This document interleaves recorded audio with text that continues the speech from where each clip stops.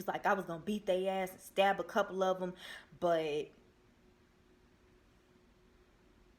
I decided not to because I'm being the bigger person. They don't know I'm shindig, shit show, circus, yeah, going on. Okay, so I'm trying to make sure I got this lined up right. I don't even know. But yeah.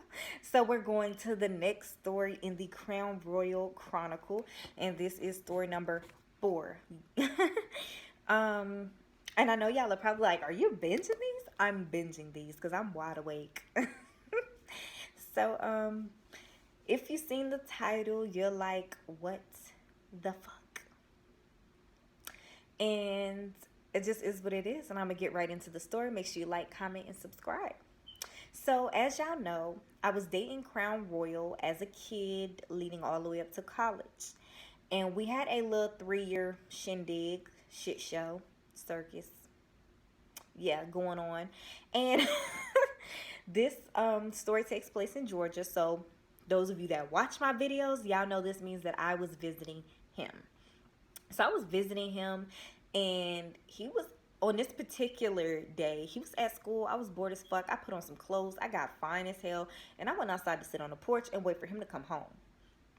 So I'm looking good. I'm on the porch. I'm chilling, and all of a sudden, like 5 niggas come by, and they're talking to me, trying to get my number, trying to get at me, and I'm like, nah, I got a boyfriend.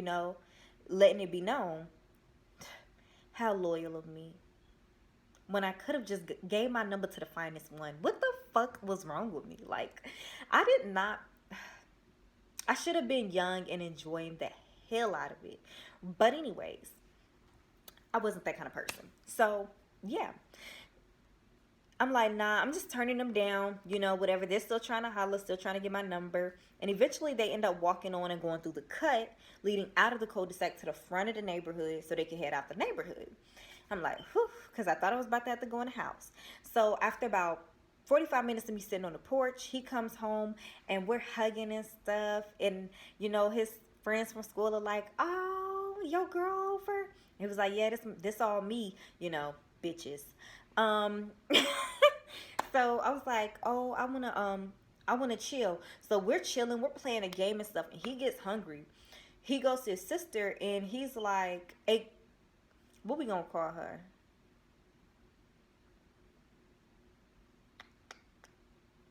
We're gonna call her Dee Dee.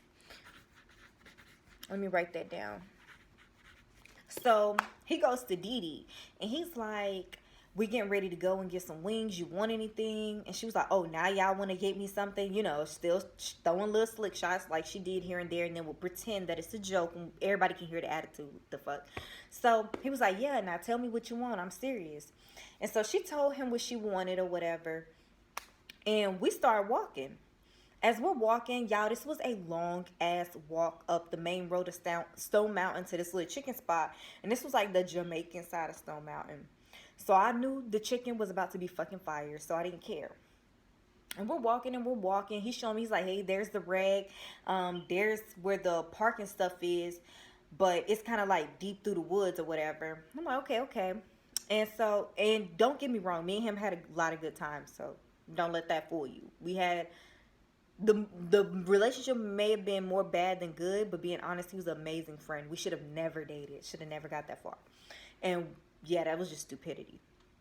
But yeah, so we're walking, we're cooling. He's showing me where everything is and stuff like that as we're walking. And y'all, I suck at crossing the street.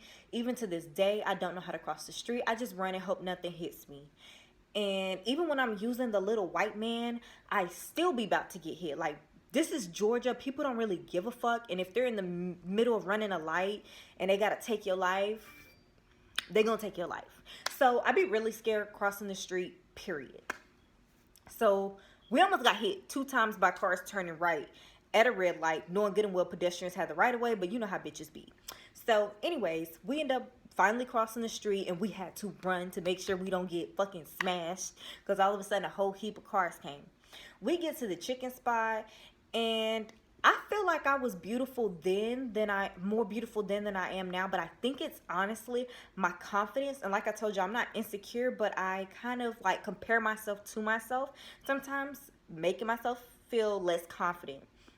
But when we walked in the chicken spot, all eyes were on me. And I know how beautiful I am because when I walk into a room, that's the first thing older men say. Oh, hey, beautiful. How may I help you? How may I assist you? Like, they're really sweet.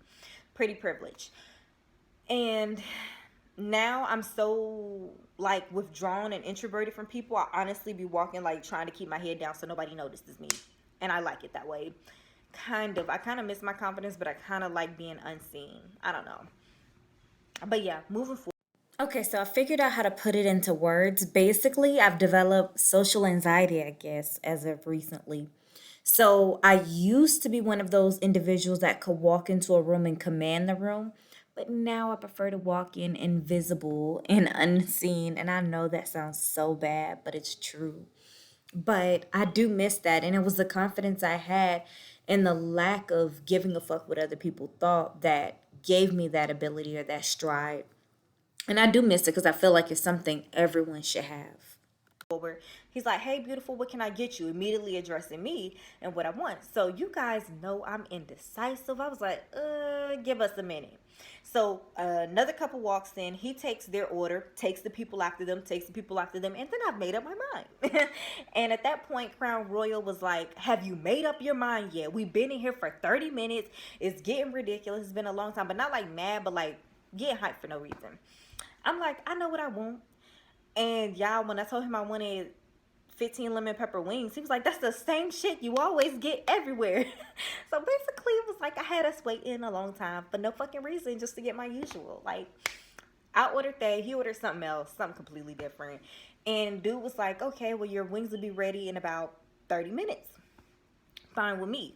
We go take a seat in the back of the shop. And as we're walking, I spot this fine ass group of niggas and I don't give a fuck. And I'm making eye contact with the finest one, not out of disrespect, but like I remember him from somewhere. And I'm looking at him, he's looking at me, and then homeboy whispers to him, he's like, oh, that's the girl from earlier. And I'm like, oh my God, these are the people that tried to get my number. This is about to be a shit show. So at that point, I go ahead and I take my seat. So we take our seat and we're talking or whatever, and he's playing around, but he's like hitting me a little rough or whatever. But it's not like rough where it hurt, but like playing rough. So dudes didn't like that. They was like, oh, he got one more time to put his hands on her, and he heard them and he hit me in my arm again. And I was like, oh my God, we're gonna get beat up outside because I know him, or at least I thought I did. I was like, he's gonna get us beat up. So, cause you know they have to fight him. I gotta jump in. I was so little. What the fuck did I really think I was gonna do other than get dropped on my neck? But yeah. So they was mad. At that point, they had said something to him. They was like, hey, you need to keep your hands to yourself. And he was like, this my girl. I'm not hurting her. Whatever, you know. I forgot to add that he was a bit, it did look extremely rough, but it wasn't. It was just how we were. But I did let them know that it wasn't that serious. I didn't take it that way.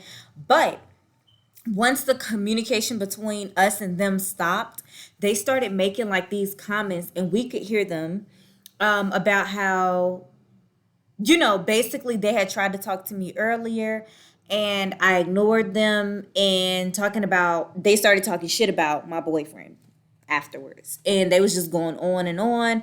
And I was like, oh my God, this is not going to be good, y'all. Trying to let them know it's laxed or whatever. They was eating their food. So they had been there for a while. Probably been here since I seen them earlier, about 2-3 hours ago. But neither here nor there. Our food is called. We get our food and we start heading home. Soon as we walk out the door, we see them again and we're like, how the fuck did they beat us outside? And they're just standing there as if they're waiting for us.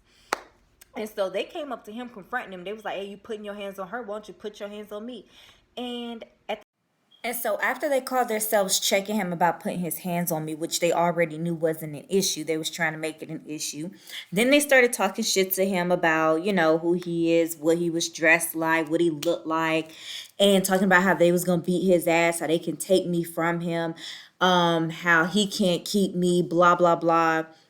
And basically, the root of the issue came out and it ended up being me. And although he's a piece of shit, he was my piece of shit. And I wasn't feeling how they was talking to him. But because I did not know whether he could or could not fight, and regardless, there were 5 of them, I was never going to put him in a situation that could be life threatening. So my job was to defuse and get us the fuck out of there. At this point in time, he had not physically hurt me yet. So, I had his back. Because if this had been after the physical stuff, I would have been like, whoop his ass. And I would have jumped in, But this was like way before. So I'm like, no, you can't fight him. Like, I'm just diffusing the hell. Because, y'all, I'm the peacemaker in every situation. I always diffuse. It doesn't matter if a gun's out, knife's out, I'm always diffusing. So I'm like, no, you can't fight them. And he's just standing there looking mad with his fist balled up. And I'm like, why ain't he standing standing up for himself? Because he swear he's like always big talk, big popping, whatever, I'm like, why ain't he standing up for himself? Because this is not, when he be mad at me, he do not be this quiet. And I'm like, maybe he thought about it and was like, getting jumped by 5 niggas ain't worth it. But he swear he be able to get jumped and come out on top. So you know how you kind of want to see it because somebody done turned up on you a little bit. You want to see if they turn up on other people like that. Okay, so yeah, that was it. So after I was like, no, you can't. It can't happen. I would step to the side and they was making their words. And I'm like, it ain't even worth it. We can keep on walking. And he's just standing there looking at them. And he got his hand in his pocket, I guess on his little blade or whatever. But, yeah. So, at that point, I realized he's not going to do anything. But if we keep standing here, eventually they're going to jump him. So, I grabbed his arm and I'm pulling him on past. And they was like, yeah, that's what you better do. Go on with your girlfriend. And so, they're still trying to get my number and get at me. He was like, yo, they real disrespectful, real foul for that. Blah, blah, blah, blah, blah. It was like I was going to beat their ass and stab a couple of them. But I decided not to because I'm being the bigger person. They don't know. It was like I was going to beat their ass and stab a couple of them. But I decided not to because I'm being the bigger person. They don't know I'm being the bigger person. I'm like, okay, sir, being the bigger person. You better shut up for they hear you. You better shut up for they hear you. And so we look back and they're following us. Y'all, they are following us. Regardless, they stay in the same fucking neighborhood as him because I saw them earlier. So they're following us and they ended up following us most of the way home, obviously, because they live over there. And I don't know if they cut and went to the wreck or what, but they was behind us for a long time. Like, after he was done talking his little big boy shit, and he noticed they was behind him as we was crossing the street, he was like, Leah, we gotta walk quick. We gotta walk quick. I just didn't like that he be disrespectful with me. But a lot of times when it be dude saying something disrespectful to him, he be like, fist balled up. And I'm like, he's really a bitch. But at this point in time, I didn't care because I was like, not everybody's a fighter. You know what I'm saying? It's not really required. And I don't really care for it to be required. I do like the fact that he avoided the situation, looking at it from the bigger picture. But you swore if we got into a situation like this, it was going to be different. He was going to turn up on him how you be turning up on me. But yeah, so I saw that he wasn't about that. But anyways, so these dudes ended up following us and we're speed walking. He's like, nah, you need to come on. I'm like, look at how far away they were. They'd have to run before they get to us. At that point, we'd see them running. We'd hear it. You know what I'm saying?